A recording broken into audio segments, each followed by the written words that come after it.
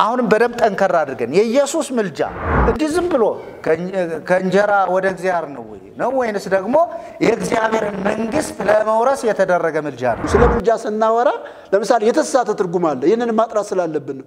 ኢየሱስ በአፊት ተደፍቶ ማራቸው ይቅርበላቸው ምናምን እንደሚል አድርጋ ያስባል። እንደዚህ አይነት ምልጃ የለም።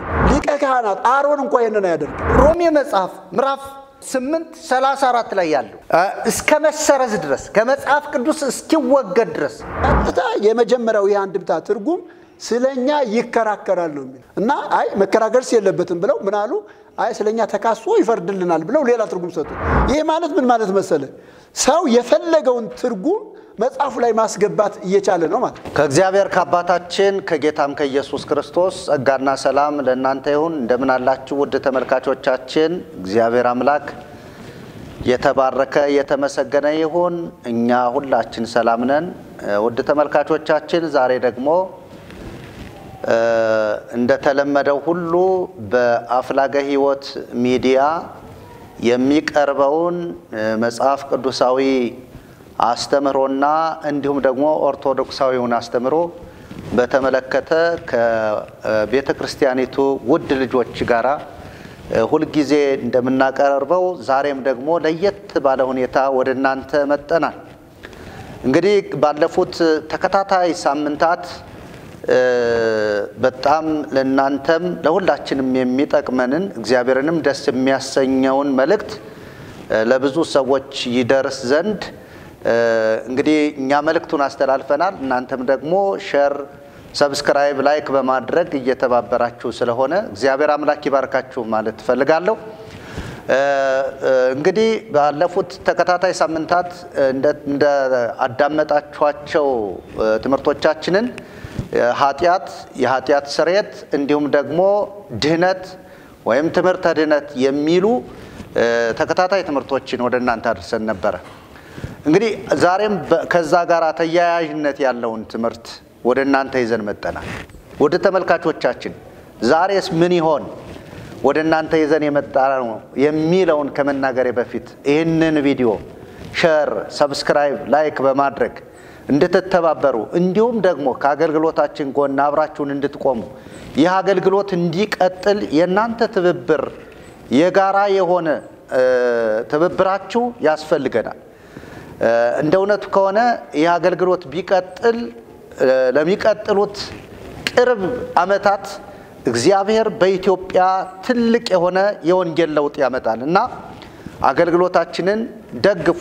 በገንዘብ፣ በጸሎት፣ በምክር በተለያየ እንግዲህ እግዚአብሔር ልባችሁን ባሳሰበው ነገር ሁሉ እንድትደግፉ ማሳሰብ ፈልጋለሁ። እንግዲህ እነን ካልኩኝ ዛሬ ወደ እናንተ ይዘን የመጣነው ትምህርት በጣም ወሳኝና ለብዙ ዘመናት ሰዎችን የሚያጨቃጭቅ በጣም የእግዚአብሔርን ሐሳብ የሚግደራደር እግዚአብሔር የሰውን ልጅ ለማዳንና የሰው ልጅ የሚወጣበትን የሚገባበትን የእግዚአብሔር መንግስት የሚወርስበትን መንገድ ያስጣለውን የስተት አስተምሮ ያስቀራል። እውነተኛውና ትክክለኛውን የእግዚአብሔርን መንግስት ያስተምራል፣ ይሰብካል፣ ይናገራል ብለን ያዝነውን ሐሳብ ወደ እናንተ ይዘን መጣናል። ይሄም ደግሞ ምልጃ ነው። ምልጃ ብዙዎቻችሁ እንደምታውቁት በብዙ በሞቱ ሰዎችም በመላእክትም እንዲሁም ደግሞ እንዳጋጣሚ ወይም ደግሞ ዝም ብሎ ተዳብሎ በኢየሱስ ክርስቶስም ተከናወነ ብለን የምናወራው ትምህርት ነው። ምልጃን በተመለከተ ዛሬ ከጎኔ ከምታዩዋቸው አብረው ይካሉ ሁሉ ጊዜ ከምታዩዋቸው ወንድሞች ጋራ እንዴት አድርገን በመጽሐፍ ቅዱስ ወደ እናንተ ማስተላለፍ እንደፈለግነን እንግዲህ ከእግዚአብሔር መንፈስ ጋር ሆነን በደንብ እናንተ ተከታተሉን። ዛሬ ደግሞ እንግዲህ ምልጃን በተመለከተ ለብዙ ዘመናት ብዙ ሰዎች ጥያቄ ሆኖ የቀጠለባቸው ብዙ ሰዎች በዚህ ትምህርት ላይ የሚሸወዱበት ወይም ደግሞ ከእግዚአብሔር መንግስት የተለዩበት አንዱ ትልቁ ጉዳይ ስለሆነ ለምሳሌ በኢትዮጵያ ኦርቶዶክስ ቤተክርስቲያን አማላጆች ብዙ ናቸው። ማላጅ ሳይሆን አማላጆች ብዙ ናቸው። ይሄን አስመልክቶ በጣም ሰፊ የሆነ ትምህርት ከናንተ የሚከታተሉን ወገኖቻችን በደንብ ይማራሉ ብዬ አምናለሁ። እንግዲህ ዛሬ የመጀመሪያውን ጥያቄ እንጠይቃቸው መምህር ኃይለ ልዑል መኮንን ናቸው። መምህር ኃይለ ልዑል መኮንን እስኪ ስለ ምልጃ እንደው ጠለቅ ብለን ማን ያማልዳል እንዴት ይማለዳል ምናምን ከሚለው ከመግባታችን በፊት ምልጃ ማለት ጽንሰ ሐሳቡ ትርጉሙ እና ምልጃ ምንድነው የሚለውን እስኪ እሱ ያብራሩልን። እሺ አመሰግናለሁ። እግዚአብሔር ደግሞ ይህን እድል ስለሰጠን አሜን። እንደገናም ደግሞ ሁለተኛ መገናኘትና እንደዚህ አብረን ወሳኝ በሆኑ ርዕሶች ላይ እንድንወያይ ምቹ ሁኔታ እግዚአብሔር ስለፈጠረልን እግዚአብሔርን አመሰግናለሁ። አሜን። እንግዲህ ምልጃ ያው የአማርኛ ቃል ነው። ትርጉሙ በተለይ የመጽሐፍ ቅዱስ መዝገበ ቃላት ምልጃ ብሎ መሰረታዊ ትርጉሙ መለመን ነው ይላል። ግን መለመን ብቻ ሳይሆን መለመን፣ መማለድ፣ ማስታረቅ በአንዱና በአንዱ መካከል ሆኖ ግልግል ማድረግ ይሄንን ሁሉ የሚያካትት ነው። ይሄንን ሁሉ ያካትታል። መገስገስም ነው። ለምሳሌ አንዳንድ ጊዜ ምልጃ የሚለውን ቃል ሰዎች ወስደው ወይም ማለድ የሚለውን ቃል ሰዎች ወስደው መገስገስ የሚለውን ከመረዳት ይልቅ አይ ይሄማ ትክክል አይደለም ብለው አንዳንድ ሐሳቦችን ያነሳሉ።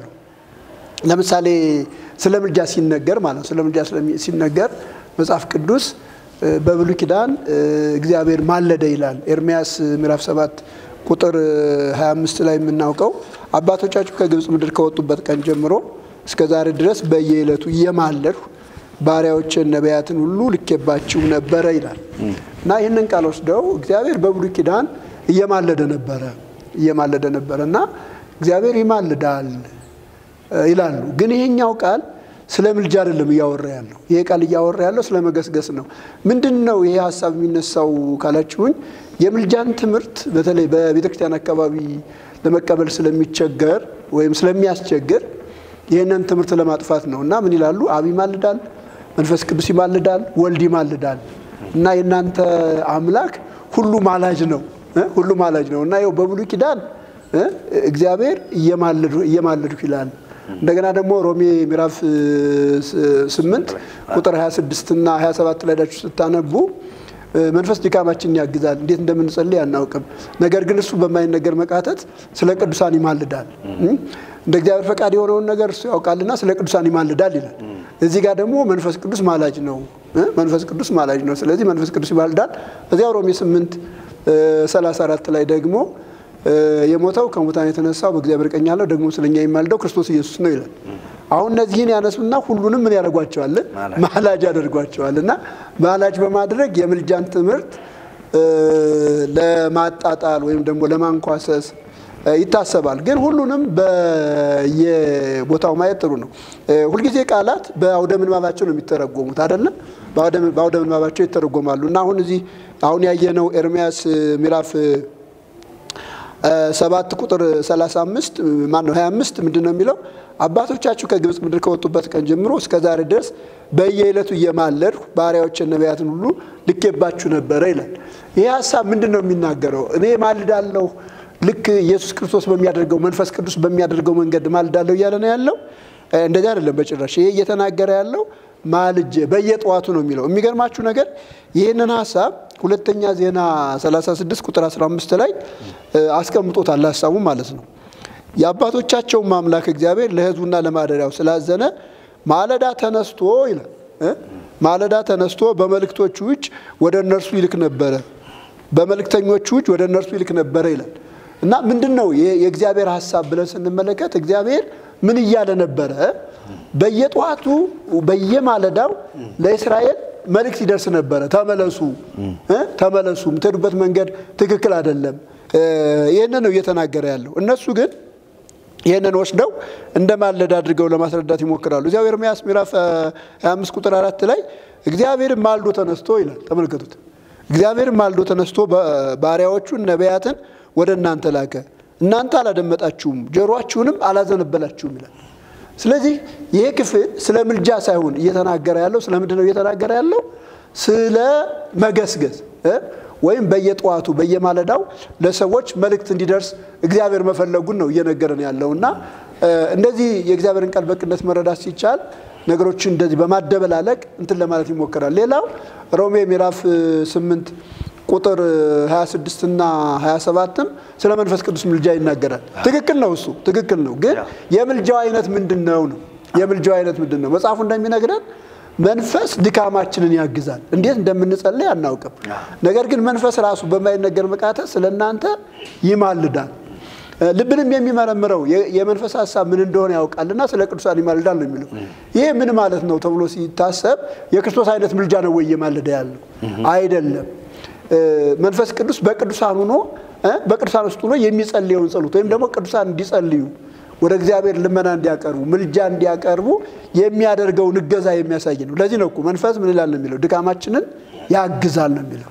እኛ ሰዎች ነን፣ ምን መጸለይ እንዳለብን አናውቅም። ግን ለጸሎት ስንሄድ መንፈስ ደግሞ በእኛ ውስጥ ነው ምን ያደርጋል? ይቃትታል። ይሄንን ነው የሚያሳየው። ያው የክርስቶስን ምልጃ በኋላ ስንመጣበት በስፋት እናየዋለን። ትክክለኛ ምልጃ አሁን እኛ የምናነሳው የምልጃ አይነት የምናየው በማን ነው ከተባለ በክርስቶስ ነው። በክርስቶስ ነው። ስለዚህ ክርስቶስ ላይ ሰፊ ነገር ነው ያለንና ጠቅለል ሳደርገው ምልጃ ማለት መገስገስ ማለት ነው። ምልጃ ማለት መለመን ማለት ነው።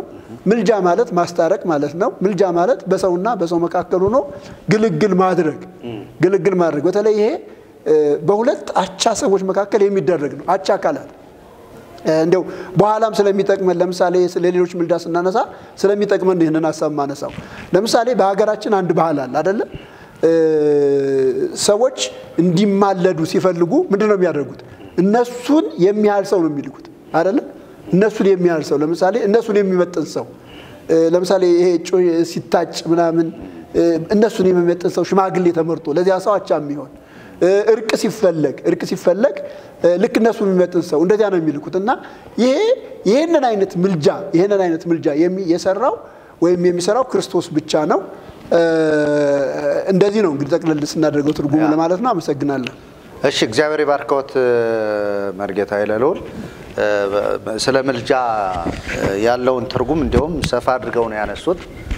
በርግጥ ምልጃ ከተለያየ ቋንቋ ምናምን ብንል ምንም ስለሌለ እንደው በሚገባን ቋንቋ በትክክለኛው ቋንቋ በሀገራችን ቋንቋ በደንብ አድርገው ስላብራሩልን እግዚአብሔር ይባርክዎት ማለት ፈልጋለሁ። እንግዲህ ምልጃ ልመና በሰውና እንግዲህ ወይ በሰውና በሰው መካከል ወይ ደግሞ በሰውና በእግዚአብሔር መካከል ገብቶ አንዱንና አንዱን በመካከል ሆኖ ማስታረቅ ማገናኘት ማነጋገርም ጭምር ብለን ልንወስደው እንችላለን። ምክንያቱም ሁለት ንግግር የተከላሉ ሰዎችን ማይነጋገሩ ሰዎችን እንዲነጋገሩ የሚያደርግ መካከል ላይ የሚገባ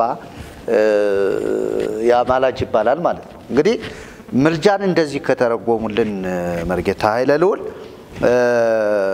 እንግዲህ ዋናው የኛ ትምህርት የሚያተኩረውና የሚያጠነጥነው ትርጉሙ ላይ ጊዜ እንድንፈጅ ሳይሆን በዋናነት በእግዚአብሔርና በሰው መካከል ያለውን ምልጃ ወይም አማላጅ ነው ልናወራ የፈለግነውና እዚህ ላይ ብዙ ሰዓት ስለምንወስድ እንዲያው መርጌታ መላክ ወደ እግዚአብሔር የሚማልድ ማን ብሉይ ኪዳን ላይ ወደ እግዚአብሔር የማለዱ ሰዎች አሉ። አዲስ ኪዳን ላይ ደግሞ ወደ እግዚአብሔር የሚማልድልን ማን ነው? ወይንስ ደግሞ የሚማልዱልን እነማን ናቸው? በእግዚአብሔርና በሰው መካከል ገብተው ሰውንና እግዚአብሔርን ታረቁ ሚሉ ወይም ደግሞ አንተም ተው ሚሉ አካላት እነማን ናቸው? ወይንስ ማን ነው የሚለውን እሱ ደግሞ ከመጽሐፍ ቅዱስ አንፃር በደንብ አንስተው እስኪ ለተመልካቾቻችን ይሄን ትምህርት ያስተላልፉ።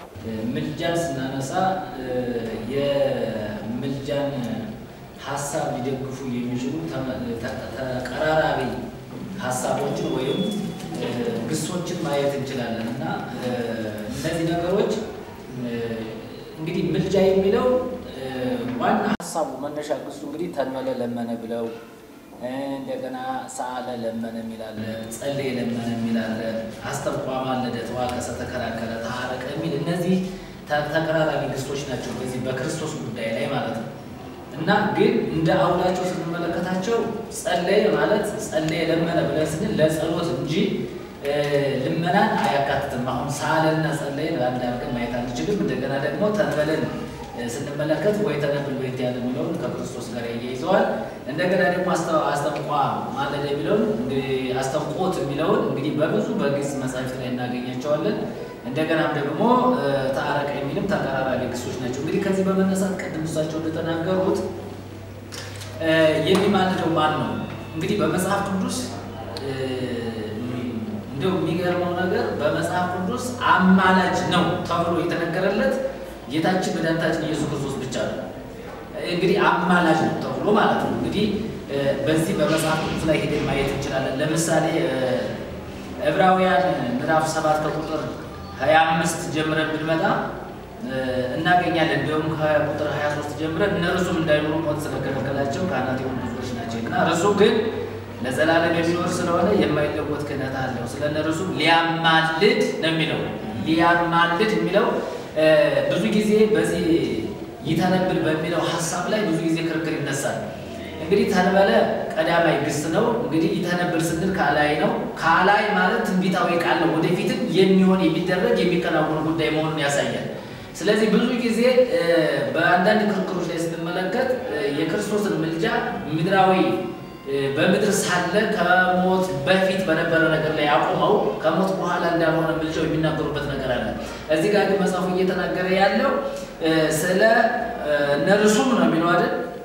ስለ እነርሱም ሊያማልድ ዘወትር ሊያማልድ የሚለው ቀጣይ ሐሳብ ያለው መሆኑን ብዙ ያሳያልና በሕይወት ይኖራል። ስለዚህ ደግሞ በእርሱ ወደ እግዚአብሔር የሚመጡትን ፈጽሞ ሊያድናቸው ይችላል ይላል። እንግዲህ የሚያማልደው ማን ነው በአዲስ ኪዳን ከተባለ ኢየሱስ ክርስቶስ ነው ማለት ነው። ምክንያቱም በሕይወት ስለሚኖር መጽሐፉ እየተናገረ ያለው በእርሱ ወደ እግዚአብሔር የሚመጡትን ፈጽሞ ሊያድናቸዋል። ምክንያት ዘወትር በሕይወት ይኖራልና። አሁን ከሞት በኋላ የኢየሱስ ክርስቶስን ምልጃ ላለመቀበል የሚጥሩት ብዙ ነገሮች አሉ። ሰዎች ከሞት በኋላ ምልጃ የለም በአብ ቀኝ ተቀምጧል፣ በዚያ ቀኝ ተቀምጦ በአባቱ ፊት እየወደቀ እየተነሳ ይለምናል ይማልዳል የሚለውን ትምህርት ሰዎች አይቀበሉትም። ግን መጽሐፍ ቅዱሳችን ግን ኢየሱስ ክርስቶስ ወደ በእርሱ በኩል ወደ እግዚአብሔር ሊመጡ ያሉትን ሁሉ ፈጽሞ የሚያድናቸው መሆኑን ዘወትር በሕይወት ስለሚኖር የሚያማልድ መሆኑን በደንብ አድርጎ መጽሐፉ ይናገራል እና በአዲስ ኪዳንም ሆነ ቀደም በዚህ በኤርምያስ መጽሐፍ እንደተነሳው ወደ ኋላም ስንሄድ እግዚአብሔር በብዙ መንገድ በብዙ ጎዳና ወደ ሕዝቡ መልእክት ያስተላልፍ ነበር። ሕዝቡን የሚናገርበት መንገድ እንመለከታለን እና እዚህ ጋር ስንመጣ ከሞት በኋላ ክርስቶስ የሚያማልድ መሆኑን በሕይወት መኖሩን የሚያሳይ ሐሳብ አስቀምጧል። ሌላው ስንመጣ ወደ እግዚአብሔር የሚያቀርበን እርሱ መሆኑን የሚናገር ክፍል አለ። አሁን ይሄ ምልጃ በአዲስ ኪዳን በእርሱ በክርስቶስ ኢየሱስ ያለ መሆኑን አሁንም ማለት ነው ያማልዳል ኢየሱስ። እንዴት ነው የሚያማልደው? አሁን ቅድም ሮቢም ተነስቷል። አሁንም በዚህ ዕብራውያን 7:25 ላይ ያነሳ ነው ሐሳብ እሱን ደጋግመን ብናየው የሚያነሳው ኢየሱስ አማላጅ መሆኑን ይናገራል። እንግዲህ በአዲስ ኪዳን ኢየሱስ ክርስቶስ አማላጅ መሆኑን ይናገራል። እንግዲህ ዕብራውያን 9 ላይ ስንሄድ 9:24 ላይ ስንሄድ የምናገኛቸው ነገሮች እነዚህ ናቸው። 24 ላይ ምንድን ነው የሚለው? ዕብራውያን እሱንም ብንመለከት ክርስቶስ በእጅ ወደ ተሰራች ወደ እውነተኛይቱ ምሳሌ ወደምትሆን ቅድስት አልገባምና ነገር ግን በእግዚአብሔር ፊት ስለኛ አሁን ይታይ ዘንድ ወደ እርሷ ወደ ሰማይ ገባ ይላል። አሁንም በዚያ ቅድስተ ቅዱሳን ወደ ሰማያዊቷ ቅድስተ ቅዱሳን ገብቶ በአብ ፊት አሁንም የሚታይልን ማን ነው? ክርስቶስ ኢየሱስ ነው። ይሄ አሁንም ይታያል፣ ስራው አልቆመም ማለት ነው። አንድ ጊዜ በዚህ ምድር በነበረበት ዘመን የሰራው ስራ ለዘላለም ሲያማልድ፣ ለዘላለም ሲያቀርብ፣ ለዘላለም ሰውንና እግዚአብሔርን ሲያገናኝ የሚኖር መሆኑን በደንብ አድርጎ ይናገራል። ስለዚህ ስለኛ አሁን ይታይ ዘንድ ነው የሚለው። ስለኛ ስለ እያንዳንዳችን ኢየሱስ በሰማያት የሚታይ መሆኑን በግልጽ መጽሐፉ ይናገራል። እንግዲህ ይሄንን በተመለከተ ምልጃ በተለይ በአዲስ ኪዳን ላይ ያለውን ሐሳብ በደንብ አድርገን ስንመለከት ዕብራውያን እዚያው 9:1 ላይ ብንመጣ የሚናገረው ነገር ያንኑ ማለት ነው። ምን ብሎ ነው የሚናገረው? ፊተኛይቱ ደግሞ የአገልግሎት ሥርዓት የዚህ ዓለም ወደ ሆነው መቅደስ ገባ ነው የሚለው። ለምንድን ነው የገባው? ስለኛ ይታይ ዘንድ። እንግዲህ ጥቅል ሐሳቡን በዚያ ጋር እናየዋለን እና በአዲስ ኪዳን ላይ ጌታችን መድኃኒታችን ኢየሱስ ክርስቶስ ስለኛ በእርሱ በኩል ወደ እግዚአብሔር ሊመጡ ስላሉት አሁንም ዘወትርም ነገም ለዘላለም የሚታይ የሚማልድ መሆኑን እንደገና ሰዎችን የሚያስታርቅ መሆኑን በደንብ አድርጎ መጽሐፉ ግልጽ በሆነ መንገድ ያስቀምጦታል ማለት ነው። ስለዚህ እንዲህ አይነት ነገሮችን በመናይበት ጊዜ አሁንም ምንድነው የሚናገረው እዚህ ዕብራውያን ላይ ስንመጣ 6:19 ላይ ስንመጣ የምናገኛቸው ነገሮች እነዚህን ነው። 6:19 ላይ የሚያወራን ነገር ምንድነው ከተባለ እርሱም እርግጥና ጽኑ የሆነ ወደ መጋረጃው ውስጥ የገባው ነው። በዚያም ኢየሱስ ነው የሚለው እንደ መልከጼዴቅ ሹመት ለዘላለም ሊቀ ካህናት የሆነው ስለኛ ቀዳሚ ሆኖ ገባ ይላል። አሁንም ኢየሱስ በአብ ቀኝ ተቀምጦ በሰማያት በግርማው ተቀምጦ እየሰራ ስላለው ነገር የሚያወራ የሚናገር ነገር ነው። ስለዚህ ቅድም የተነሳው ሮሜ ላይ የሚማልድ መሆኑን ምልጃው ለዘወትር መሆኑን ዛሬም ነገም ለዘላለም ኢየሱስ የሚያማልድ መሆኑን ሰዎች ወደ እግዚአብሔር የሚቀርቡት በእርሱ በኩል መሆኑን ደግሞም በእርሱ በኩል ወደ እግዚአብሔር የሚመጡትን ፈጽሞ ሊያድናቸው የሚችል መሆኑን በደንብ አድርጎ መጽሐፉ ይናገራልና በአዲስ ኪዳን ላይ ስንመጣ ኢየሱስ አማላጅ ነው ለሚለው ጥያቄ ምንም ጥርጥር በሌለው መንገድ መጽሐፍ ቅዱሳችን አስቀምጦልናል ነው እና ይሄንን ጠቅለል ባለ ሐሳብ ኢየሱስ ዛሬም ያማልዳል። ሕያው ነው ኢየሱስ ሕያው ስለሆነ ያማልዳል።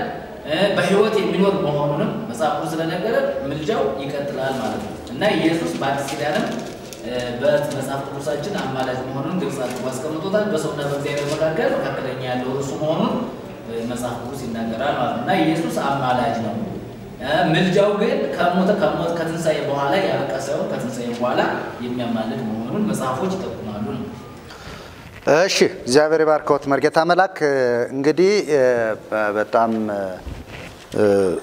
አንኳር የሆነ በሰፊው ልናብራራውና ልንሄድበት የሚያስፈልገውን ጥቅስ ነው ያነሱት። ጥያቄውም እንግዲህ ይሄንን ነው እንትን ሚለን ወደ እግዚአብሔር የሚማልድ ማን ነው የሚል የአዲስ ኪዳን ሐሳብ አንስተን ነበር የተወያየን ነው። ግን ወደ ብሉይ ኪዳን ልግባና አንዳንድ ሐሳቦችን ላንሳ። ለምሳሌ ብሉይ ኪዳን ላይ የነበሩ ሰዎች አንዱ ለአንዱ ያው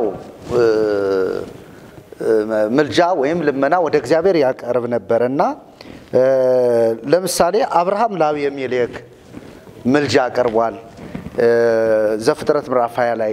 እንደገና ኢዮብ ለሶስት ወዳጆቹ ምልጃ አቀርቧል።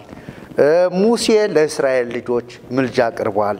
የእግዚአብሔር መላእክትም ጭምር ለእስራኤል ልጆች በዘካርያስ መጽሐፍ ምዕራፍ 1:12 ላይ እንደምናነበው ምልጃዎች አቀርበዋል። ይሄ ማለት በምድር ላይ ሆነው ሰዎች ለሰዎች በእግዚአብሔር የተመረጡ ሰዎች ወደ እግዚአብሔር ሲለምኑ እግዚአብሔር ምልጃቸውን፣ ልመናቸውን፣ ጸሎታቸውን ይሰማቸው ነበረ፣ ይቀበላቸው ነበረ ማለት ነው። ነገር ግን ይህ ልመና፣ ምልጃ ወይም ጸሎት ወደ እግዚአብሔር መንግስት የሚያስገባ አይደለም። ምናልባትም ይህንን ከመጽሐፍ ቅዱስ ታሪክ ስናየው ከጊዜያዊ መቅሰፍት፣ ከጊዜያዊ ጉዳትና ጉድለት፣ ሞት ሊያስመልጥ ይችላል እንጂ ከዘላለም ሞት ባለፈው እንዳስተማር ነው ትምህርትና በእግዚአብሔር ቃል እንዳየነው የሚገልጥልን የአዲስ ኪዳኑ ምልጃ ነው። የአዲስ ኪዳኑ ምልጃ ከድህነት ጋር ይያያዛል። የአዲስ ኪዳኑ ምልጃ ከዘላለም ሕይወት ጋር ይያያዛል። የአዲስ ኪዳኑ ምልጃ ከእግዚአብሔር መንግስት መውረስ ጋር ይያያዛል። ስለዚህ በአዲስ ኪዳን አሁን መርጌታ መላክ እንዳነሱት በዋናነት ማላጅ ሆኖ የተቀመጠው ወይም አማላጅ ሆኖ የተቀመጠው በመጽሐፍ ቅዱስ እንዳየነው ኢየሱስ ነው። በአዲስ ኪዳን ልክ እንደነዛ ሰዎች ማላጆች የሉም ወይ ብለን ስንጠይቅ አሉ። አሁንም በአዲስ ኪዳን አንዱ ስለ አንዱ ይጸልያል፣ አንዱ ስለ አንዱ ይለምናል፣ አንዱ ስለ አንዱ ወደ እግዚአብሔር ጸሎትና ልመና ያቀርባል ማለት ነው። ግን እሱ የዘላለምን ሕይወት ለማስገኘት አይደለም። እና እንደዚህ አይነት ሐሳቦችን ሰዎች አንስተው የክርስቶስን ምልጃና እንዲህ አይነቶችን ምልጃዎች ስለሚቀላቀሏቸው በደንብ ለይተን ዛሬ ማውራት አለብን። ስለዚህ ቀሲስ የክርስቶስ ምልጃ በመጽሐፍ ቅዱስ በድጋሚ በደንብ እንድናየው ነው። መርጌታ መላክ የዕብራውያን መጽሐፍ ምዕራፍ 7 ቁጥር 25 ጀምሮ ያለውን መነሻ በማድረግ ሐሳባቸውን በደንብ አስቀምጠውልናል። አሁንም በደንብ ጠንከራ አድርገን የኢየሱስ ምልጃ እንዲህ ዝም ብሎ ከእንጀራ ወደ እግዚአብሔር ነው ወይንስ ደግሞ የእግዚአብሔርን መንግስት ለመውረስ የተደረገ ምልጃ ነው ወይም ደግሞ አሁንም የወረሱ ሰዎች የሚያመልጡበት ምልጃ ነው የሚለውን በደንብ እንዲያብራሩ ለእርሱ ደግሞ ልስጥዎ። እሺ ስለዚህ ሰዓትና ስለዚህ ጊዜ እድሉን ስለሰጠን እግዚአብሔር አምላካችን ስሙ የተመሰገነ ይሁን። ተመልካቾቻችንና አድማጮቻችን ዛሬም ደግሞ ወደ እናንተ ሊቀርብ ባለው በምልጃ ሐሳብ ውስጥ ዛሬ በዓለማችን ብዙ አከራካሪና እጅግ ደግሞ እጅግ ትኩረት ተሰጥቶበት እያነጋገረ ያለ ጉዳይ ነው። በአሁን ባለንበት ዘመን በምልጃና በአማላጅነት ዙሪያ ላይ ሰዎች በተለያየ ስፍራ የተለያየ ክርክር የተለያየ ሐሳብ ይነሳል። ከዚህ አንፃር አሁን ይሄ የምልጃ ጉዳይ መነሳቱ ባለፈውም ባስተላለፍናቸው ትምህርቶችን ተከትሎ ይህ አስፈላጊ ነው፣ ወቅታዊም ነው። ምክንያቱም ወቅታዊ ከመሆኑ ጋር ተያይዞ እውነታውን ደግሞ ትክክለኛውን የምልጃን ሐሳብ መሰረታዊ ሐሳቡን ቀደም መምህር ኃይለ ልዑል ተናግረዋል፣ እናንተም እንደዚሁ። ስለዚህ ይሄ ሐሳብ ምንድነው ብለን መሰረታዊ ሐሳቡን ጭብጥ የሆነ እውነታ የሆነውን ነገር መያዝ አለበት። ተመልካችም አድማጭም ይህ ነገር በምልጃ ዙሪያ ላይ አንድ እውነታ የሆነ ነገር መገለጥ አለበት። ይህ በሶስት አንድ ተማላጅ አለ፣ ሁለት ማላጅ አለ፣ የሚማለድለት አካል አለ። ምልጃ ሲቀር ይመልሱት እስኪ ግልጽ ያድርጉ። አዎ አሁን ምልጃ የሚያቀርብ ሲኖር የሚማለድ አለ፣ የሚማለድለትም አለ። ሶስት ናቸው ማለት ነው። ወደ ማን ነው የሚማለደው? ወደ ማን ነው የሚማለደው የሚለውን ማወቅ መነሻውን ማወቅ ያስፈልጋል። ምክንያቱም አንድ ማላጅ ካለ ወደ ማን ነው የሚማለደው? የሚማለድለትስ ለማን ነው? ምን ስላደረገ ምን ስለሆነ ነው የሚማለድለት? ምን የተፈጠረ ነገር አለ? እንግዲህ ቅድም መምህር ኃይለ ልዑል እንዳሉት የማስታረቅን ወይ ደግሞ የማግባባትን የማቀራረብን ስራ የሚሰራ ነው የሚያማልድ። እነዛ ሰዎች ወደ አንድ ሐሳብ እንዲመጡ ሰዎች ከሆኑ ወይ ደግሞ የተለያዩበትን ነገር የሚያቀራርብ ነው። አንደኛው በአንድ ምክንያት ርቋል። እንግዲህ ይህ በዚህ መካከል ያለው ማላጅና ተማላጅ አለ፣ የሚማለድለት አለ ብለን ስናነሳ የሚማለደው ሁሉን የፈጠረው ሁሉን የሚገዛው እግዚአብሔር አምላካችን ሲሆን የሚማለደው ደግሞ ልጁ ኢየሱስ ክርስቶስ ነው። የሚማለድለትስ ማን ነው ስንል የሰው ልጆች ለሰው ልጆች ነው የሚማለደው፣ ለሰው ልጆች ነው። ለምን? ሰውን እግዚአብሔር በመልኩ በአምሳሉ ፈጥሮታል።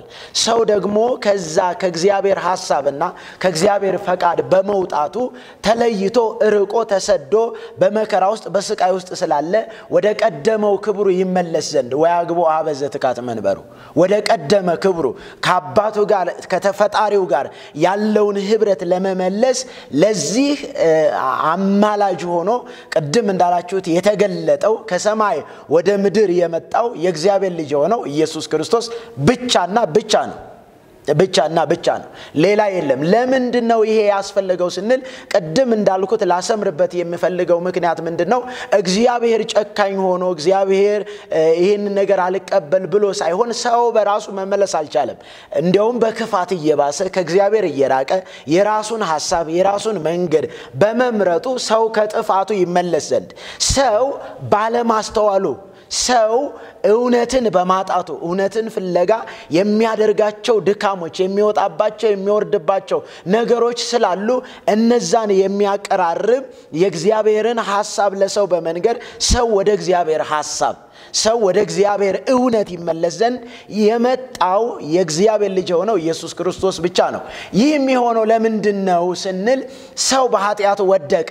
ሰው ትሞታለህ ስለተባለ ሞተ። የሞተ ደግሞ መማለድ አይችልም። የሞተ ደግሞ ህይወት የለውም። ህይወት የሌለው ሊማልድም ሊጠይቅም የሚችልበት ምን የለውም? አቅም የለውም፣ ብቃት የለውም። ስለዚህ ሁለቱን አንድ የሚያደርግ ብቃት ያለው ቅድስና ያለው የዚህን ሐሳብ ደግሞ መግለጥ የሚችል ሁሉን ደግሞ ማድረግ የሚችል አንድ አስታራቂ መኖር አለበት። ስለዚህ በቆሮንቶስ መልእክት ሁለተኛ ቆሮንቶስ ምዕራፍ 5 ቁጥር 18 ላይ እንደዚህ ብሎ ይናገራል። ሁለተኛ ቆሮንቶስ ምዕራፍ 5 ከቁጥር 18 እስከ 19 ያለው እንደዚህ ይናገራል። ነገር ግን የሆነው ሁሉ በክርስቶስ ከራሱ ጋር ካስታረቀን የማስታረቅንም አገልግሎት ከሰጠን ከእግዚአብሔር ነው ይላል። የዚህን መሰረታዊ ሐሳብ የገለጠው ሰዎች ወደ እግዚአብሔር ይመለሱ ዘንድ እንግዲህ ጸሎት ነው። በፊልጵስዩስ ምዕራፍ 4 ቁጥር 6 ላይ በምልጃና በጸሎት በእግዚአብሔር ፊት አስታውቁ እንጂ ባንዳች ልመናችሁን አስታውቁ እንጂ ባንዳች ምን አትበሉ አትጨነቁ። እንግዲህ ልመና አለ፣ በምልጃ በጸሎት ልመናችሁን አስታውቁ እንጂ ባንዳች ምን አትበሉ አትጨነቁ። ለማ ለእግዚአብሔር ጌታ ቅርብ ነው ብሎ ነው የሚጀምረው። ስለዚህ እግዚአብሔር ነው ቅርብ። ከሌሎች አማላጆች ከሌሎች ማላጆች ይልቅ ቅርቡ ለኛ ማን ነው ስንል ጌታችን መድኃኒታችን ኢየሱስ ክርስቶስ ነው። ስለዚህ ነገር ግን የሆነው ሁሉ በክርስቶስ ከራሱ ጋር ካስታረቀን የማስታረቅንም አገልግሎት ከሰጠን ከእግዚአብሔር ነው። እንግዲህ ከእግዚአብሔር ነው። ስለዚህ እንግዲህ ምንድነው እዚህ ጋር ያለው እውነታው መሰረታዊ ሐሳብ? በአማላጅነት የተገለጠው በአብ ፊትም ስለኛ የሚማልደው እኛንም ደግሞ የማስታረቅን ሰዎች በኃጢአታቸው ምክንያት ከእግዚአብሔር ተጣልተው ከእግዚአብሔር ርቀው ነበር። ሰውና እግዚአብሔርን ያስታረቀ ብቁ የሆነ በእግዚአብሔር ፊትም ለመቅረብ ብቁ የሆነው ከእግዚአብሔር የመጣው የእግዚአብሔር ልጅ ሆነው ኢየሱስ ክርስቶስ ነው። ስለዚህ ቁጥር 19 እንደዚህ ይላል፣ እግዚአብሔር በክርስቶስ ሆኖ ዓለሙን ከራሱ ጋር ያስታርቅ ነበርና በደላቸውን አይቆጥርባቸውም ነበር፣ በእኛም የማስታረቅን ቃል አኖረ። እንግዲህ ቃል ሥጋ ሆነ፣ ጸጋና እውነትን ተሞልቶ በእኛ አደረ። ስለዚህ የአማላጅነትን እውነታ ስንመለከት መጽሐፍ ቅዱስ የሚያስረዳን ስለ ሰው ልጆች የሚማልድ የሰው ልጆችን ወደ እግዚአብሔር የሚያቀርብ ሰውና እግዚአብሔር ህብረት እንዲኖራቸው በአንድነትም በህብረት ሰውም ከእግዚአብሔር ጋር ታርቆ እግዚአብሔር ፊት መቅረብ የሚችልበትን ሥራ የሰራ ጌታችንና መድኃኒታችን ኢየሱስ ክርስቶስ ነው። መጽሐፍ እንደዚህ ይላል በኢሳይያስ መጽሐፍ ምዕራፍ 59 ላይ ሁላችሁም ሄዳችሁ ማንበብ ትችላላችሁ።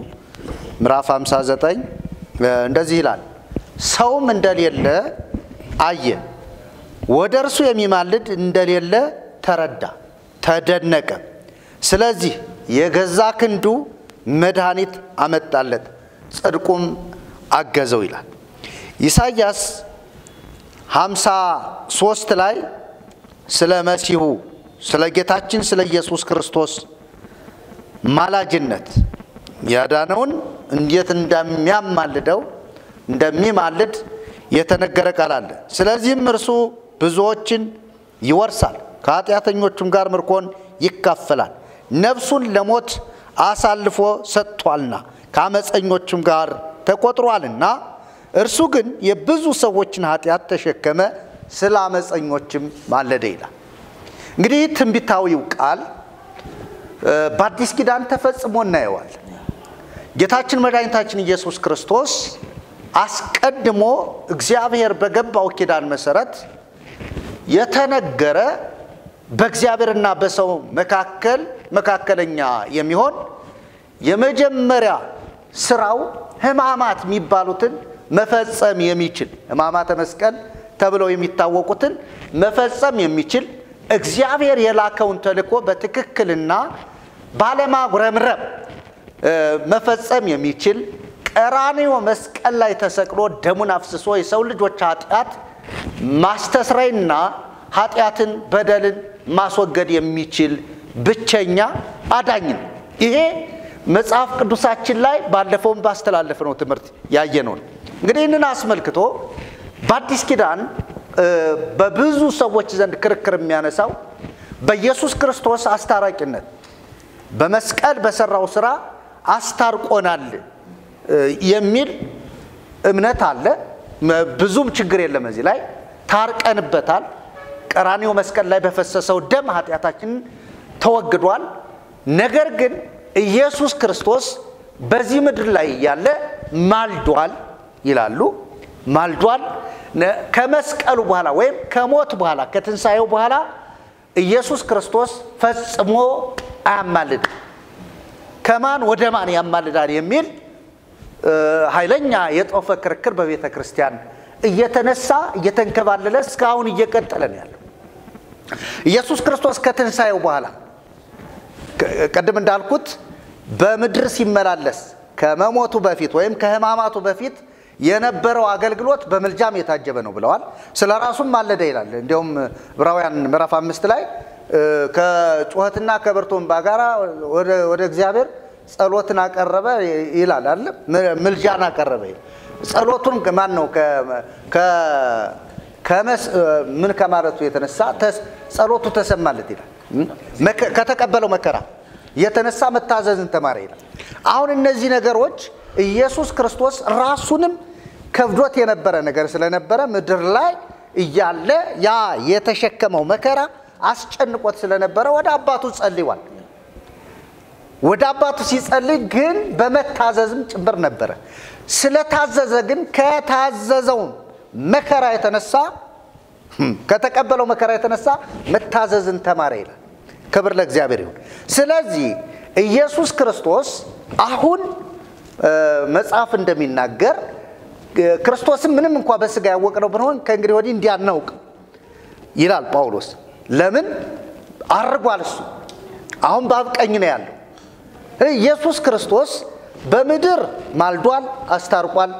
ሰውንና እግዚአብሔርን እና ሰውንና ሰውንም ጭምር አይሁድንና አሕዛብ ተብሎ የተጠራውን ማህበረሰብ ጭምር አስታርቋል። አሁን ግን ከማን ወደ ማን ይማልዳል የሚል ጥያቄ ይነሳል። ለምሳሌ ቅድም መምህር ኃይለ ልዑል ከመግቢያቸው ያነሷቸው ሁለት ጥቅሶች ኤርምያስ 7 ላይ ያለው ጥቅስና ሮሜ 8 ላይ ያለው ጥቅስ መንፈስ ቅዱስ ይማልዳል እንዲሁም ደግሞ ማልጀ የሚለውን ይህን አሁን እንዲያው በእውነቱ እንዲያው ኢትዮጵያው ሆኖ ይህን አማርኛ ያልገባው ካለ በእውነት እጸልይለታለሁ። መምህር ቢሆን ጳጳስ ቢሆን የትኛውም አስተማሪ ቢሆን ማልጀ እየተነሳሁ እየመጣሁ ማለት ጧት ማለት ነው። አሌልዮ ነው። አሌልዮ ገይሰ ቢለው ጧት እየተነሳሁ ወደ እናንተ ነው እንጂ ያለው ይሄ ምልጃን በፍጹም አይገልጽም። እና ይሄ የአብ ምልጃ ነው ብለው ይወስዱታል። መንፈስ ቅዱስ ይማልዳል። እታች ላይ ምንድነው ያለ? በድካማችን ይራራልናል። ምን ማለት ነው? ያ መንፈስ ከመንፈሳችን ጋር ሆኖ የእግዚአብሔር ልጆች መሆናችን ይላል። መንፈሱ ከመንፈሳችን ጋር ስለሆነ ነው እኛ እንዴት እንደምንጸልይ የሚመራን ማለት ነው። እና ይህንን እንደ ምልጃ ይወስዱታል። ሌላው በዋናነት አሁን ወደ መምህር ኃይለ ልዑል ወስደዋለሁ።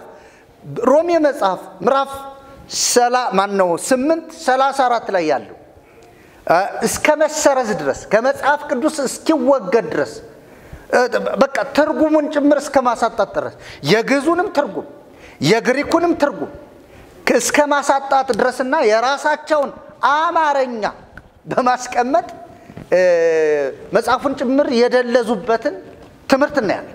ለምሳሌ ሮሜ መጽሐፍ ምዕራፍ 8:34 ላይ ስለኛ የሚማልደው የሚለውን ስለኛ የሚፈርደው ብለው ቀይረውታል። አንዴ ግዕዙ ምን ይላል የሚለውን እንድናየውም ጭምር ነው። በግዕዙ በእውነት የሚፈርደው ይላል ወይ? በግሪኩ ብለው ከታች ከህዳጉ ላይ በግሪኩ የሚማልደው ይላል። እና ይህንና ሌሎችንም አስመልክቶ መጽሐፍ ቅዱሳዊውን የኢየሱስን አማላጅነት በተለይ በምድር በነበረበት ጊዜ በዚህ ምድር በሚመላለስበት ጊዜ አማልዷል፣ አስታርቋል የሚለውን ብዙ ጊዜ ስለሚስማሙበት በሰማይ አሁን ኢየሱስ ያማልዳል አያማልድም? ይህንን በደንብ ያብራሩልን። ይሄ ትምህርት በደንብ ተከታተሉ ወገኖች። መጽሐፍ ቅዱሳዊውን አስተምሩ በደንብ። አመሰግናለሁ በድጋሚ እድሉን ስላገኘሁኝ። እና ምንድነው በተለይ የኢየሱስ ክርስቶስን ምልጃ ስናስብ መረዳት ያለብን ነገር አለ። አንድ ትንሽ ከዚህ ወጣ ያለ ሐሳብ ላንሳ። እንግዲህ በእግዚአብሔር ውስጥ ሶስት አካላት አለ። በተለይ በቤተክርስቲያን አንዳንድ ጊዜ ሚስ የሚደረግም ነገር አለ። ኦርቶዶክስ ቤተክርስቲያን በስላሴ እንደምታምን ትናገራለች። በስላሴ ስታምን ደግሞ በአካል ሶስት በመለኮት በባህሪ በአገዛዝ አንድ ብላ ነው የምታምነው እና ይሄንን ብዙ ጊዜ ሚስ ይደረጋል። ከሶስቱ አካላት ወልድ ነው ወደዚህ ምድር ተልኮ የመጣው። እንግዲህ ወልድ ማለት አብ አይደለም፣ ወልድ ማለት መንፈስ ቅዱስ ማለት አይደለም። ወልድ ራሱን የቻለ አካል ነው፣ ፐርሰን ነው፣ ሰው የሆነ በተለየ አካሉ ነው። ቤተክርስቲያን እንደምትለው በተለየ አካሉ ነው ሰው የሆነው። ስለዚህ በስላሴ አካላት ውስጥ የግብራት ልዩነት አለ። የግብራት ልዩነት ለምሳሌ መጽሐፍ ቅዱስ ምን ይላል? እግዚአብሔር አንድያ ልጁን እስኪሰጥ ድረስ ዓለምን እንዲወዷል ይላል አይደለ? ይሄ ማን ነው ከተባለ አብ ነው አይደለ? እግዚአብሔር አብ ነው የሚለው። እንደገና ይቀጥልና ወልድ ደግሞ መጥቶ ምን አድርጓል? ነፍሱን ሰጥቷል። እዚህ ምድር ላይ መጥቶ ነፍሱን ሰጥቷል። መንፈስ ቅዱስ ደግሞ ምን አድርጓል ከተባለ መንፈስ ቅዱስ ደግሞ መጥቶ ቤተክርስቲያንን ምን እያደረገ ነው ያለው? እያነጸ እየገነባ ነው ያለው። እነዚህን የግብራት ልዩነት ወይም ደግሞ በግብር ሶስት ናቸው የሚለውን ሐሳብ ቤተክርስቲያን ለመቀበል ትቸገራለች እና ይሄ አንዱ ትልቁ ችግር ነው። ሌላው ሁለተኛው ኢየሱስ ክርስቶስ ከመሞቱም በፊት ከመነሳቱም በኋላ አንድ ነው። ልዩነት የመጣው ስጋው ላይ ነው። ስጋው ላይ ነው ልዩነት የመጣው። ምን ማለት ነው? ቃል መለኮት ነው ምን ጊዜም ማለት ነው። በተለየ አካሉ ወደዚህ ምድር ቢመጣም ከመለኮት ግብር የጎደለበት ጊዜ የለም፣ ወይም ደግሞ ከመለኮትነት ባህሪ ከመለኮትነት ማንነት የጎደለበት ነገር የለም። ስለዚህ ኢየሱስ ክርስቶስ እዚህ ምድር ላይ በነበረበት ጊዜ እንደ ሰው ሲመላለስ፣ እንደ ሰው ሲበላ፣ እንደ ሰው ሲጠጣ፣ እንደ ሰው ሲጾም፣ እንደ ሰው ሲራብ መለኮት ነው፣ ስጋ አልጎደለው። ኢየሱስ ክርስቶስ ከትንሳኤ በኋላ ልዩነት የሚመጣው በምንድን ነው ከተባለ በስጋው ነው። ለምሳሌ ከትንሳኤ በፊት የለበሰው ስጋ በስባሽ ነው፣ ሟች ነው። አሁን ከትንሳኤ በፊት በነበረው ጊዜ ወይም ከመስቀሉ በፊት በነበረው ጊዜ ኢየሱስ ክርስቶስ ምን አድርጓል ከተባለ ማልዷል አይደለ? መስቀል ላይ ሆኖ ኦ አባ እስራኤሎሙ እስመ በዘ ያምሩ ይገብሩ ይላል አይደለ? የሚያደርጉትን ያውቁምና ይቅር በላቸው። ወንጌላት ይሄንን ጽፈውታል። ሉቃስ ምዕራፍ 23 ቁጥር 34 ላይ ይሄንን እናገኛለን። አባቶች የሚያደርጉትን ያውቁምና ይቅር ባላቸው ብሎ ተናግሯል አይደለ? ይሄ ምልጃ እኮ ነው፣ ምልጃ ነው። እንደገና ዮሐንስ 17 ላይ የሊቀ ካህኑ ጸሎት ተብሎ የሚታሰበው እሱ ምልጃ ነው። ለምሳሌ ስለ ዓለም አለምንም ስለነዚህ ስለሰጠኝ ለምንሃለሁ እኛ አንድ እንደሆን እነሱ ምን እንዲሆኑ አንድ እንዲሆኑ ብሎ ጸልዮአል። እንዲያውም የጌቴሴማኒ ጸሎቱን ነው ቅድም መርጌታ የጠቀሰው ዕብራውያን ምዕራፍ 5 ቁጥር 7 ላይ እርሱ በስጋው ወራት ይላል አይደለ? ከብርቱ ጩኸት ከእንባ ጋር ልመናንና ምልጃን አቀረበ፣ እግዚአብሔርንም ስለመፍራቱ ምን አለ ተሰማለት። ከተፈጸመ ልጅም ቢሆን ከተፈጸመ በኋላ መታዘዝን ተማረ ይላል። ስለዚህ ይሄ በስጋ ወራት ያደረገው ነው። ግን በስጋ ወራት ይሄንን ሲያደርግ ከመለኮት ክብር ጎሏል ወይ ብለን ስንል በፍጹም አልጎደለም፣ በፍጹም አልጎደለም። ስለዚህ በስጋ ወራት ማልዷል። ይሄ ያስማማናል፣ ችግር የለው። እንደዚህ ከሆነ ከትንሳኤ በኋላስ ብለን ስንል ይኸውላችሁ ለውጥ የመጣው በምን ላይ ነው ከተባለ በስጋው ላይ ነው። ለምሳሌ ስጋው ከትንሳኤ በፊት የነበረው ስጋ የሚበሰብስ ስጋ ነው፣ የሚሞት ስጋ ነው አይደለ? ከትንሳኤ በፊት የነበረው ስጋ የሚደክም ስጋ ነው። ስለዚህ ያ ስጋ በትንሳኤ ከሚበሰብስ አካልነት ወደማይበሰብስ አካልነት ከሟችነት ወደማይሞትነት ነው የተቀየረው። ያው መጽሐፍ እንደሚነግረን እኛም በትንሳኤ ወደዚህ ነው የምንመጣው አይደለ? የትንሳኤ በኩር ይለዋል። የትንሳኤ በኩር ሐዋርያው ጳውሎስ አንደኛ ቆሮንቶስ ምዕራፍ 15 ቁጥር 52 ላይ ዳችሁ ስታነቡ ምን ይላል መሰላችሁ?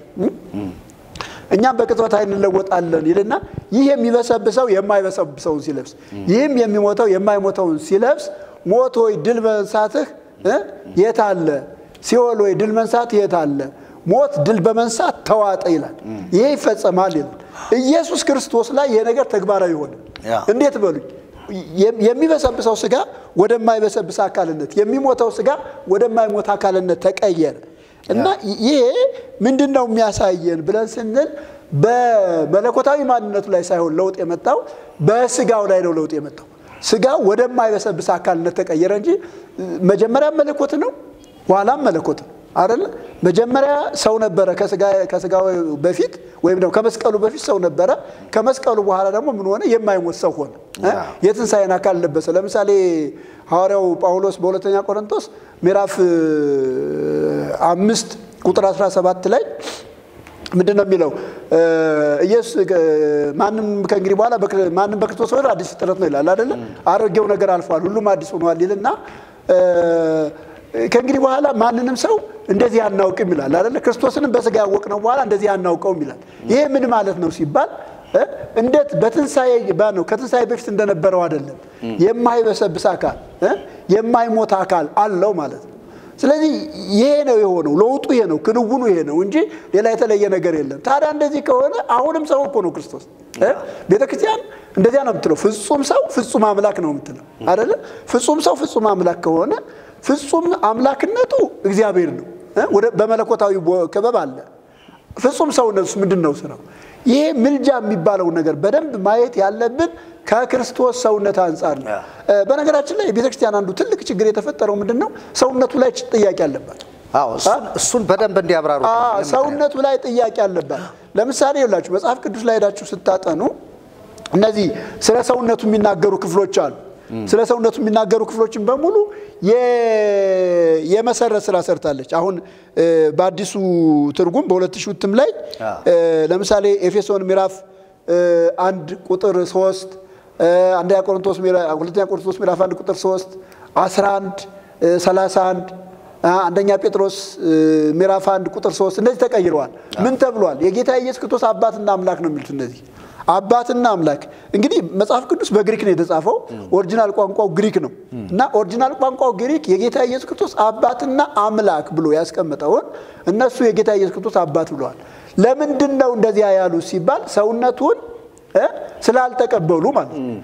ይሄን ደግሞ ዮሐንስ ምዕራፍ 20 ቁጥር 17 ላይ ዳችሁ ተታነቡ ራሱ ጌታ ኢየሱስ ክርስቶስ ወደ አምላኬና ወደ አምላካችሁ ወደ አባቴና ወደ አባታችሁ አርጋለሁ ብሎ ስለዚህ ሰውነቱ አለ ማለት ነው አይደለ? ኢየሱስ ክርስቶስ ከትንሳኤ በኋላ አምኑ ነው አምላኩ ነው አምላኩ ነው አባቱ ብቻ አይደለም አምላኩ ነው። ለዚህ ነው ወደ አምላኬና ወደ አምላካችሁ ማርያም ሂዳ ልትነካው ስትል አትንኪኛል ገና ወደ አባቴ ያላረኩም ምጅና ለደቀ መዛሙርቴ ወደ አምላኬና ወደ አምላካችሁ ወደ አባቴና ወደ አባታችሁ አርጋለሁ ብለሽ ንገሪያቸው አለ። ስለዚህ ኢየሱስ ክርስቶስ ከትንሳኤ በኋላ ምንድነው ብለን ካል ፍጹም ሰው ፍጹም አምላክ ነው። ፍጹም ሰው ፍጹም አምላክ ነው። ፍጹም ሰው ፍጹም አምላክ ከሆነ ምንድነው የሰውነቱ ስራ? ለምንድነው ሰውነቱን ወደ ሰማይ ያሳረገው? ቅድም መርጌታ መልአክ ሲያነብ ዕብራውያን ምዕራፍ 6 ቁጥር 20 ላይ እሱ ስለኛ ቀዳሚ ሆኖ ገባ ይላል። በመልከጼዴቅ አይነት ሹመት እሱ ስለኛ ቀዳሚ ሆኖ ወደ ሰማይ ገባ ነው የሚለው። ስለማን ነው ገባ የሚለው? ስለኛ ነው የሚለው። ስለኛ ለምን ነው ስለኛ የገባው? እኛን ወክሎ እኮ ነው አይደለ? የኛ ወኪል እኮ ነው።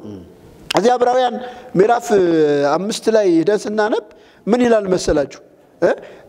ይሄንን ሐሳብ ለማብራራት እነዚህ ሐሳቦች ስለሚጠቅሙ ነው ማነሳቸውና ምን ይላል ዕብራውያን ምዕራፍ 5 ከቁጥር 1 ጀምሮ ሊቀ ካህናት ሁሉ ይላል ስለ ኃጢአት መባንና መስዋዕት ሊያቀርብ ከሰው ተመርጦ ለእግዚአብሔር በሆነው ነገር ሁሉ ስለ ሰው ይሾማል። ሊቀ ካህናት ይሄ የትኛው ሊቀ ካህናት? ማንኛውም ሊቀ ካህናት ማንኛውም ሊቀ ካህናት ነው። ተመልከቱት ሊቀ ካህናት ሁሉ ነው የሚለው አይደለ? የኞችን እንዳንጨምር ብዬ ነው። አይ አይደለም ሊቀ ካህናት የሆነው ሊቀ ካህናት እኮ ይኸውልህ እግዚአብሔር የሾመው ነው። ቆይ የሚሾመው ራሱ እግዚአብሔር ነው፣ ሰው አይደለም የሚሾመው። ስለዚህ ሊቀ ካህናት ሁሉ ስለ ኃጢአት መባና መስዋዕት ሊያቀርብ ከሰው ተመርጦ ለእግዚአብሔር በሆነው ነገር ሁሉ ስለ ሰው ይሾማል። እርሱ ራሱ ደግሞ ድካምን ስለሚለብስ ላልተማሩትና ለሚስቱት ሊራራላቸው ይችላል። በዚህ ምክንያት ስለ ሕዝብ እንዲያቀርብ እንዲሁ እርሱ ስለ ራሱ ደግሞ መስዋዕትን ስለ ኃጢአት ሊያቀርብ ይገባዋል ይልና እንዳሮን ይላል። ተመልከቱት እንዳሮን በእግዚአብሔር ከተጠራ በቀር ማንንም ክብሩን ለራሱ የሚወስድ የለም። እግዚአብሔር ነው የሚሾመው። እግዚአብሔር ነው የሚሾመው። ሲሾም ስለ ሰው ነው የሚሾመው፣ ከሰው ነው የሚሾመው። ሿሚው ግን ማን ነው ካላችሁ እግዚአብሔር። እንዳሮን በእግዚአብሔር ከተጠራ በቀር ተመልከቱት። ስለዚህ ሊቀ ካህናት የሚሾመው ማን ነው? እግዚአብሔር ነው። ቀጥሎ ያለውን ነገር ተመልከቱ። ቁጥር 5 ላይ እንዲሁ ክርስቶስ ይላል ደግሞ ሊቀ ካህናት ሊሆን ራሱን አላከበረም፣ ነገር ግን አንተ ልጄ ነህ እኔ ዛሬ ወልጄሃለሁ ያለው እርሱ ነው። እንደዚህ በሌላ ስፍራ ደግሞ አንተ እንደ መልከጼዴቅ ሹመት ለዘላለም ካህን ነህ አለው ይላል። አያችሁ አሮንን ብቻ አይደለም እግዚአብሔር ይሾመው፣ እግዚአብሔር ኢየሱስ ክርስቶስንም ሹሟል። ኢየሱስ ክርስቶስንም ሹሟል። ኢየሱስ ክርስቶስን ሊቀ ካህናት አድርጎ የሾመው እግዚአብሔር ነው። ልዩነቱ ምንድነው ከተባለ አሮን ከሰው ነው የተመረጠው፣ ኃጢአተኛ ነው። ስለዚህ ስለ ራሱ ምን ያቀርባል? መስዋዕት ያቀርባል። ከዚያ ቀጥሎ ስለ ሕዝቡ ያቀርባል። ኢየሱስ ክርስቶስ ግን ኃጢአት የለበትም። ግን ሊቀ ካህናት ያደረገው ግን ማን ነው ከተባለ እግዚአብሔር ነው። እንዲያውም ምንድነው የሚለው ሌላ ቦታ መሐለ እግዚአብሔር በጽድቅ ወይኔስ አንተ ካህኑ ለዓለም በከመ ሲመቱ ለመልከጼዴቅ እግዚአብሔር ምሎ ላይጸጸት በመልከጼዴቅ አይነት ሹመት ለዘላለም ካህን ብሎ ሾመው ነው የሚለው 7 ላይ ስንሄድ የነን ሐሳብ እናገኘዋለን። ስለዚህ ኢየሱስ ማለት በአብ የተሾመ ምንድነው ሊቀ ካህናት ነው ማለት ነው። ምልጃ ደግሞ የማን ተግባር ነው? አሁን በደንብ ማየት ያለብን እዚህ ጋር ነው። ምልጃ የማን ተግባር ነው? ብሉይ ኪዳን ላይ ምልጃ የአሮን ተግባር ነው፣ የሊቀ ካህናቱ ተግባር ነው። ሊቀ ካህናቱ ይሄንን አገልግሎት የሚያገለግለው በብሉይ ኪዳን ዳችሁ ስታነቡ አንድ እስራኤላዊ መጥቶ ወደ እግዚአብሔር ቀጥታ ቀርቦ መስዋዕት ማቅረብ አይችልም። ካህን ያስፈልገዋል የሚያቀርብለት ማለት ነው። ካህን ያስፈልገዋል፣ ሊቀ ካህናት ያስፈልገዋል። በተለይ ይሄ ዓመታዊው መስዋዕት የሚባለው በስርየት ቀን የሚደረገው ዕብራውያን ምዕራፍ 16 ላይ ስናነብ እናገኘዋለን። እና ዕብራውያን ምዕራፍ 16 ላይ በዓመት አንድ ቀን የስርየት ቀን አለ። በዚያ የስርየት ቀን ውስጥ ሊቀ ካህኑ ነው መጀመሪያ የራሱን መስዋዕት ያቀርባል። ከዚያ ቀጥሎ የሕዝቡን መስዋዕት ያቀርባል። የሕዝቡን መስዋዕት አቅርቦ ለሕዝቡ ምን ያመጣል? ዘሌዋውያን ምዕራፍ 16 አልኩ። ኦኬ ሶሪ ዕብራውያን ያልኩትኝ ሶሪ ይቅርታ። ዘሌዋውያን ምዕራፍ 16 እንዳለ ሙሉ ምዕራፍ ስለዚህ ነው የሚያወራው። ስለ ስርየት ቀን ነው እያወራ ያለው። ስለ ስርየት ቀን ስለሆነ እያወራ ያለው እዚያ ጋር ደን ስናነብ አሮን መስዋዕቱን ይዞ ወዴት ይቀርባል? ወደ ሕዝቡ ይቀርባል። መጀመሪያ የራሱን መስዋዕት ያቀርባል። ከዚያ ቀጥሎ የሕዝቡን መስዋዕት ያቀርባል። በዚህ ምክንያት ስርየት ያመጣል። በሕዝቡና በእግዚአብሔር መካከል በሕዝቡና በመገልገያው በማደሪያው ድንኳንና በሕዝቡ መካከል ያለውን ያንን ምን ያደርጋል? ስርየት እንዲያገኝ ያደርጋል። በዚህ መንገድ ሊቀ ካህኑ ነው የሚያገለግለው። ያንን ሹመት ኢየሱስ ክርስቶስ በማን አይነት ወሰደው? በመልከጼዴቅ አይነት ወሰደው። ለዚህ ነው እግዚአብሔር በመሐላ ሾመ። ለዚህ ነው ኢየሱስ ክርስቶስ ማላጅ ነው ብሎ ሲናገር ጳውሎስ ከዚህ አንፃር ነው ቅድም የተጠቀሰው ጥቅስ ዕብራውያን ምዕራፍ 7 ቁጥር 23 ጀምራችሁ ታነቡት። እነሱ እንዳይኖሩ ሞት ስለከለከላቸው ካህናት የሆኑ ብዙ ናቸው ይላል። እነሱ የሚላቸው እነማን ነው? የብሉይ ኪዳን ሊቃነ ካህናት ማለት ነው። እሱ ግን ለዘላለም የሚኖር ስለሆነ ምን አለው ይላል? የማይለወጥ ክህነት አለው። ተመልከቱ፣ ስለነሱ ያማልድ ዘወትር በሕይወት ይኖራል። ኢየሱስ ክርስቶስ እኮ ሕያው ሆኖ የተነሳው እኮ ለምንድን ነው? ለማማለድ እኮ ነው። ክህነቱ ራሱ ለሌላ ያልተላለፈው እኮ ሕያው ስለሆነ እኮ ነው። እሱ ሕያው ስለሆነ ክህነቱ ምን አይልም? አይለወጥም። የኢየሱስ ክርስቶስ ክህነት አልተለወጠም። ይኸውላችሁ በዚያኛው ኪዳን ቢሆን ኢየሱስ ክርስቶስ ምንድን ነበር የሚያቀርበው? ከብት ነበር የሚያቀርበው፣ በግ ነበር የሚያቀርበው። በዚህኛው ኪዳን ግን ኢየሱስ ክርስቶስ ራሱን መስዋዕት አድርጎ አቀረበ። ራሱ ደግሞ መስዋዕት አቅራቢ ሆነ። በዚህ መንገድ የአሮንን ሹመት ወይም ደግሞ የብሉይ ኪዳኑን አገልግሎት ለዘላለም ወሰደው። ስለዚህ ከዚህ የተነሳ የዕብራውያን ጻፊ የሆነው ጳውሎስ ነው ይባላል። የዕብራውያን ጻፊ የሮሜ ጻፊ ጳውሎስ ነው። ጳውሎስ ስለ ኢየሱስ ክርስቶስ ምልጃ አስረግጦ ተናግሯል። ሮሜ 8:34 ላይ ስንመጣ የሚያጸድቅ ማን ነው ይላል? የሚኮንንስ ማን ነው? የሞተው ከሙታን የተነሳው በእግዚአብሔር ቀኝ ያለው ደግሞም ስለኛ የሚማልደው ክርስቶስ ኢየሱስ ነው ይላል። ይሄ በግልጽ የተጻፈ ቃል ነው። በግልጽ የተጻፈ ቃል። ይሄንን ቃል ለመለወጥ ምንም አይነት ምክንያት አይኖርም። ለምን ብላችሁ ካላችሁ የሚያጸድቅ እግዚአብሔር ነው። የሚኮንንስ ማን ነው ብሎ ነው የሚጀምረው አይደለ? ከዚያ ይቀጥልና የሞተው ይላል። መሞቱን ተቀብለዋል አይደለ? እዚያ ጋር የተጻፈው መሞቱን ተቀብለዋል። ከሙታን የተነሳው የሚለውን ተቀብለዋል። በእግዚአብሔር ቀኝ ያለው የሚለውን ተቀብለዋል። ስለኛ የሚማልደው ለምን ይቀየራል? ወይ አጠቃላይ ሁሉ ነው መቀየር ያለበት። እኔ እሱን እንዲሉኝ ወይ ጠቅልሎ መጽሐፉን ይሄ እኛ የማያስፈልግ መጽሐፍ ነው ተብሎ መጽሐፉ መወገድ አለበት እንጂ እንዲህ አይነት ለምሳሌ የሚረቱበትን ነገር መሰረዝ ለምን አስፈልግ? ይሄ ትልቅ ፍረት እኮ ነው። ግሪከኛ ኦሪጂናል ቋንቋ የግሪክ ቋንቋ እንቲካኖ ነው የሚለው። እንቲካኖ ማለት አማላጅ ማለት ነው። አማላጅ ቀጥታ እነሱም ራሳቸው ፈርተው እዚያኛው 80 ያዱ ላይ ግሪኩ ይማልዳል ይላል ብሎ ነው ያስቀምጡ። ግሪኩ ካለ ታዲያ ምንድነው? ግሪኩ ካለ ምንድነው? ያቺ ግን የሚፈርደው ሚሉትን እንደው እሱን ከየት አመጡት? ቋንቋ ምንም የለም እኮ ወይ ምንም የለም። ግዙ ላይ እሺ ከግዝ ነው የተተረጎመው ተባለ። ከግዝ ነው የተተረጎመው ከተባለ ግዙ ምንድነው የሚለው? ወይ ተዋቀስ በእንቲያነ ነው የሚለው ስለኛ ምን ይላል ይከራከራል ነው የሚለው ወይም የሚከራከረው ነው የሚለው ወይ የሚከራከረው ነው የሚለው የሚከራከረው ራሱ ተከራከረ ማለት ተከራከረ ማለት ተዋቀሰ ማለት ተዋቀሰ ተከራከረ ተዋቀሰ ተሟገተ ነው የሚለው ትርጉም እንደዚህ ነው የሚለው የቀጥታ ትርጉሙ ማለት ነው ምናልባት በኋላ መርጌታ መላክ ያው የግዝ መብርም ስላለ እንትን ሊል ይችላል እና ተበቃ ነው እንዳነሱት ባነብሎት ለማብራራት ይመችዎታል እና ሮሜ 8:34 ወይም ከቁጥር 31 ጀምረን ብናነበው በጣም ግልጽ ነው በግዙ ራሱ ላይ ተጻፈ ቁጥር 34 ብቻ ነው ምን ይላል 34 ላይ ስንመጣ ለእመለሊው ያጸድቅ መኑ ዘይኩየን ክርስቶስ ኢየሱስ ዘሞት ወተንሳ እሙታን ዋሃዶ ይነበር በየማነ እግዚአብሔር ወይቷቀስ በእንቲያነ በቃ ግዙ ይሄን ነው የሚለው በቃ ዘሞተ ወተንሳ ዋሃዶ ይነበር በየማነ እግዚአብሔር ወይቷቀስ በእንቲያነ ስለዚህ ስለኛ ምን ይላል ነው ያለናል ይከራከራል ያለ ነው የሚለው የሚገርማችሁ አንድ ብታ ትርጉም አይቻለሁ ግን እዚህ ላይ የሚገርመው ነገር አሁን አማርኛው መጽሐፍ ያንቡት እስኪ ሮሜ 34 ግዙን እንዴት እንደሸወዱት እንዳበላሹት ማየት አለበት ሞተ ወተንሳ ነው የሚለው ራሱ ግዙ ምንድነው ወደ ሐሳቡ እንምጣና እንትላለ በኋላና ወደ ሐሳቡ እንምጣና እንትኑ ለማየት ሞክራለሁ አንድምታው ማለት ነው ወይ ተዋቀስ በእንቲያነ የሚለው ስለኛ ይከራከራል ነው የተረጎሙት አንድምታው እንደዛ ነው የሚለው ስለኛ ይከራከራል ብለው ቀጥታ ተርጉመው ከዚያ በኋላ እንደ መከራከርስ የለበትም ብለው በአንድምታ ነው ለማጣመም የሞከሩት እንጂ ቀጥታ የመጀመሪያው የአንድምታ ትርጉም ስለኛ ይከራከራል ነው የሚለው ስለኛ ይከራከራል እና አይ መከራከርስ የለበትም ብለው ምን አሉ አይ ስለኛ ተካሶ ይፈርድልናል ብለው ሌላ ትርጉም ሰጡት ይሄ ማለት ምን ማለት መሰለ ሰው የፈለገውን ትርጉም መጽሐፉ ላይ ማስገባት እየቻለ ነው ማለት እንጂ ቃሉን ቀጥታ ትርጉሙን የቃሉን ትርጉም የቃሉን ሐሳብ መሰረዝ አልቻሉ ማለፍ አልቻሉ ስለዚህ ኢየሱስ ክርስቶስ ይማልዳል ይሄ የምን ስራው ነው ከተባለ የሊቀ ካህናትነት አገልግሎቱ እግዚአብሔር በመሐላ የሾመው ለዚህ ነው የዕብራውያንን መጽሐፍ ስናጠና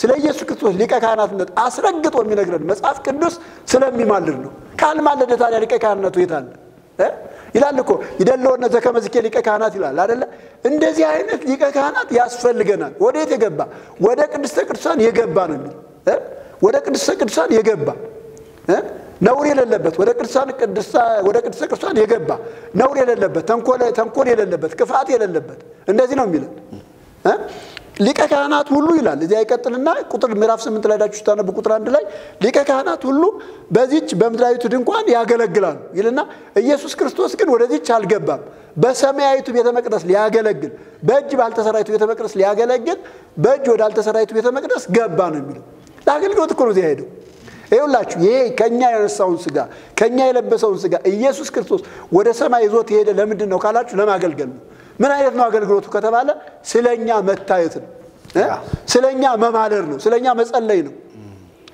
በኋላ የቤተክርስቲያን መጻሕፍት ላይ እናያለን የቤተክርስቲያን መጻሕፍት የጥንት አባቶች አስተምህሮ ኢየሱስ ክርስቶስ ዛሬም እንደሚማልድ በግልጽ ነው የሚናገሩት በግልጽ በቃ በደንብ ይሄንን በኋላ እናያለን እንዲያውም እነሱ በድፍረት ይጸልያሉ ብሎ አስቀምጠዋል ይጸልያል ይማልዳል ብቻ አይደለም ይጸልያሉ ብሎ አስቀምጠዋል የዕብራውያን ጻፊ ግን በጥንቃቄ ነው ያስቀምጠው ስለኛ ይታያል ዕብራውያን ምዕራፍ 9 ቁጥር 24 ላይ ምን ይላል እሱ ወደ ምድራዊቱ አልገባም ወደ ሰማያዊቱ ገባ ይልና በሰማያዊቱ ቤተ መቅደስ ስለኛ ምን ይላል ነው የሚለው ይታያል ነው የሚለው ይታያል መታየት ማለት እኛን ወክሎ በአፊት መኖር ነው ለምሳሌ አንደኛ ዮሐንስ ምዕራፍ 2 ቁጥር 1 እና 2 እንዳችሁ ስታነቡ ልጆቼ ሆይ ኃጢአት እንዳታደርጉ እንጽፍላችኋለሁ ይላል አይደለ ማንንም ኃጢአትን ቢያደርግ ምን አለው ነው የሚለው ከአብ ዘንድ ጠበቃ አለው እኔ በነገራችን ላይ ሁሉ ጊዜ የሚያሳዝነኝ ምንድነው ቤተክርስቲያን የሚሰራላት ያስባለሁ ጠበቃ አለው የሚለውን ቃል ጳራቅሊጦስ ላይ አስቀምጧለች ጳራቅሊጦስ ደግሞ በግሪከኛ ጠበቃ ማለት ነው ምንም እኮ የትም አይደረስም እግዚአብሔር ይመስገን ይህ ዘመን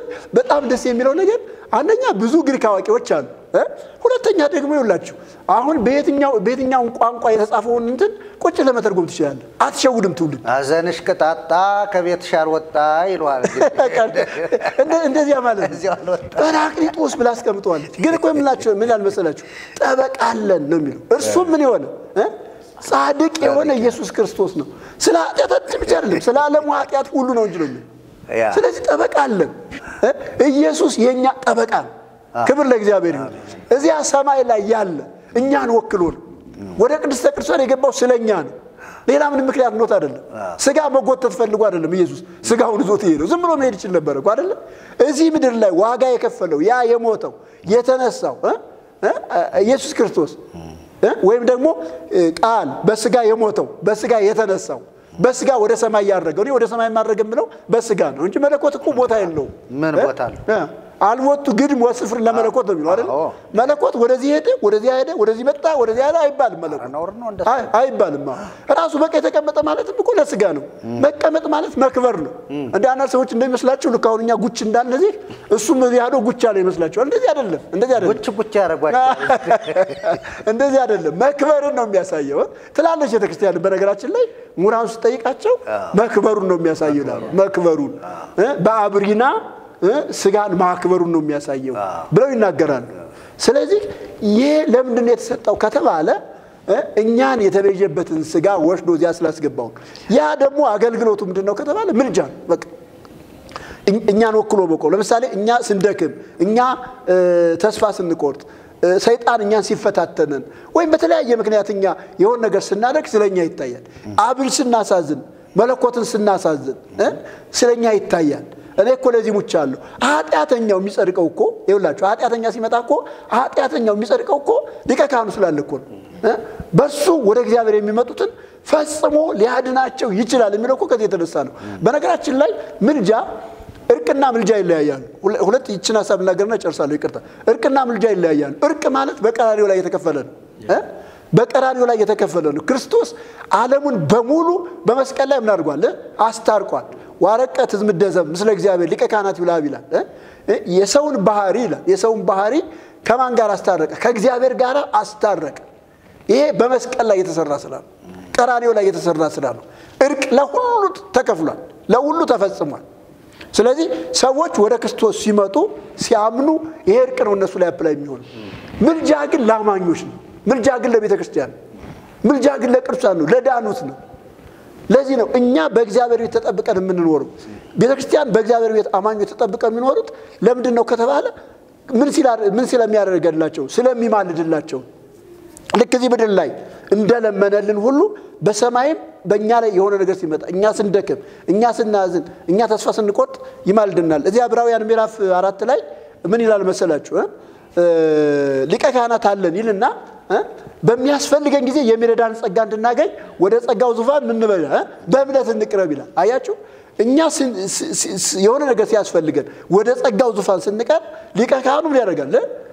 በዚያ በሊቀ ካህኑ አማካኝነት ጸጋ ወደኛ ይፈሳል፣ ምሕረት ወደኛ ይፈሳል፣ ጉብኝት ወደኛ ይፈሳል። ይሄ ነው የኢየሱስ ክርስቶስ ምልጃ ማለት። አንዳንድ ሰዎች ምን ያስባሉ? ስለ ምልጃ ስናወራ ለምሳሌ የተሳሳተ ትርጉም አለ። ይሄንን ማጥራት ስላለብን ነው። ኢየሱስ በአብ ፊት ተደፍቶ ማራቸው ይቅር በላቸው ምናምን እንደሚል አድርገው ያስባሉ። እንደዚህ አይነት ምልጃ የለም። ሊቀ ካህናት አሮን እንኳን ይሄንን አያደርግም። ሊቀ ካህናት ምልጃን የሚያደርገው ከሹመቱ የተነሳ ነው። ሲቀርብ በእግዚአብሔር ፊት ሲቀርብ በእግዚአብሔር ፊት ሲታይ ከሹመቱ የተነሳ እግዚአብሔር ምሕረት ያደርጋል። ለምሳሌ አንድ ሰው ሲበድል በዚህ ኃጢአት ምክንያት የሆነ ነገር ሊመጣ ሲል እኔ እኮ ስለሱ ቆስያለሁ ደምቻለሁ የሚል ነገር ሲመጣ ያኔ እግዚአብሔር ምሕረት ያደርጋል። ስለዚህ ምልጃ ይሄንን ነው የሚመስለው ለማለት ነው። እኔ ብቻ እንዳልዘው ይበቃኛል። ታንኪዩ